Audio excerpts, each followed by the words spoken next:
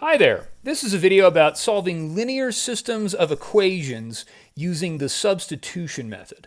So again, remember that a solution to a linear systems of equations is where two lines intersect.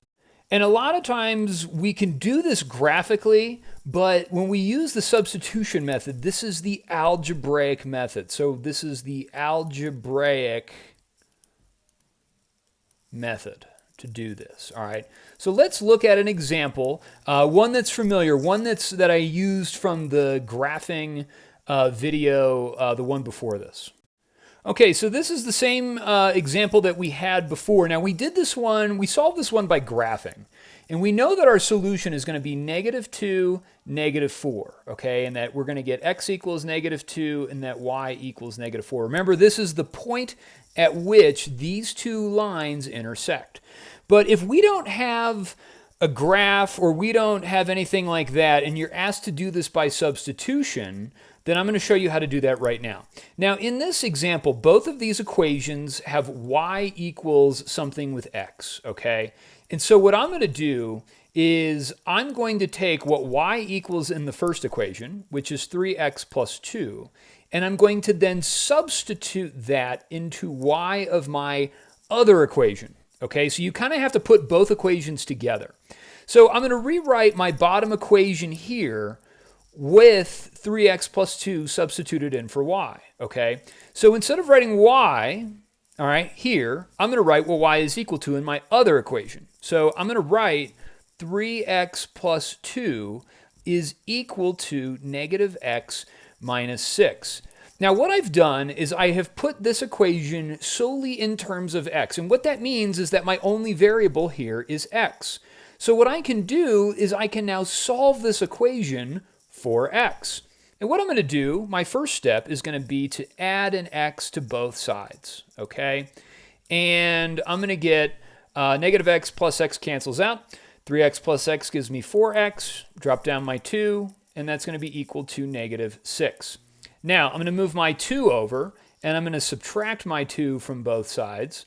And so that's going to give me 4x is equal to -8. This cancels out here. Okay, now on this, I'm going to divide both sides by 4 to solve for x. So the 4's are going to divide out, and I've got that x is going to equal -8 divided by 4, which gives me -2. Now look, that's what I had originally, okay, for my x value. All right, so we have solved for x. We have figured out what that is. Now, in order to solve for y, what I do is I take this value for x, and I'm going to substitute it into either one of these equations. It doesn't matter which one I plug it into. It'll give me the same thing. But I'm going to choose the top one because this one has very few negative numbers, okay? Doesn't matter, again, but I'm going to solve for y. So I'm going to write y equals 3 times x, which is -2. Okay, and then plus 2. Now, when I do this, when I substitute a number in for x, the only thing that I have left is y, and that allows me to solve for my y value. So from here, I've got y equals 3 times -2, which is -6, plus 2. -6 plus 2 gives me a value of y equals -4. So I have found an x value, found my y value, therefore my solution is an ordered pair, -2, -4. Okay, let's look at another example. Now in this example, I have x plus 3y equals 5 and y equals -x plus 3. Now, if in both of these equations, okay, one of them is solved for y, okay, and the other, and this is in slope-intercept form, the other one has x and y on both sides of the equal sign, so this is in standard form. If I have something like this, I want to use substitution, and here's why. Because y is solved for in this bottom equation. Y is equal to -x plus 3. Okay, so this equation is solved for y. What I'm going to do is I'm going to take this value here and I'm going to substitute it into y of my other equation. Okay, so I'm going to get this. I'm going to get x plus 3. And instead of writing y, I'm going to write what y is equal to down here.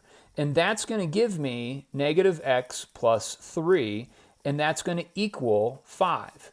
And now I can solve this equation for x. I'm going to distribute my 3 first, and I've got x plus negative 3x plus 9 is equal to 5. I'm going to combine my like terms.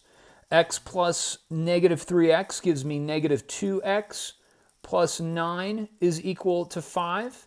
I'm going to subtract 9 from both sides, and I'm going to get that negative 2x is equal to negative 4.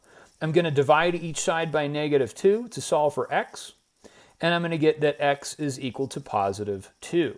So once I've found that x is equal to positive 2, I want to do the same thing that I did in the previous one, and that's going to be substitute it back into one of these two equations.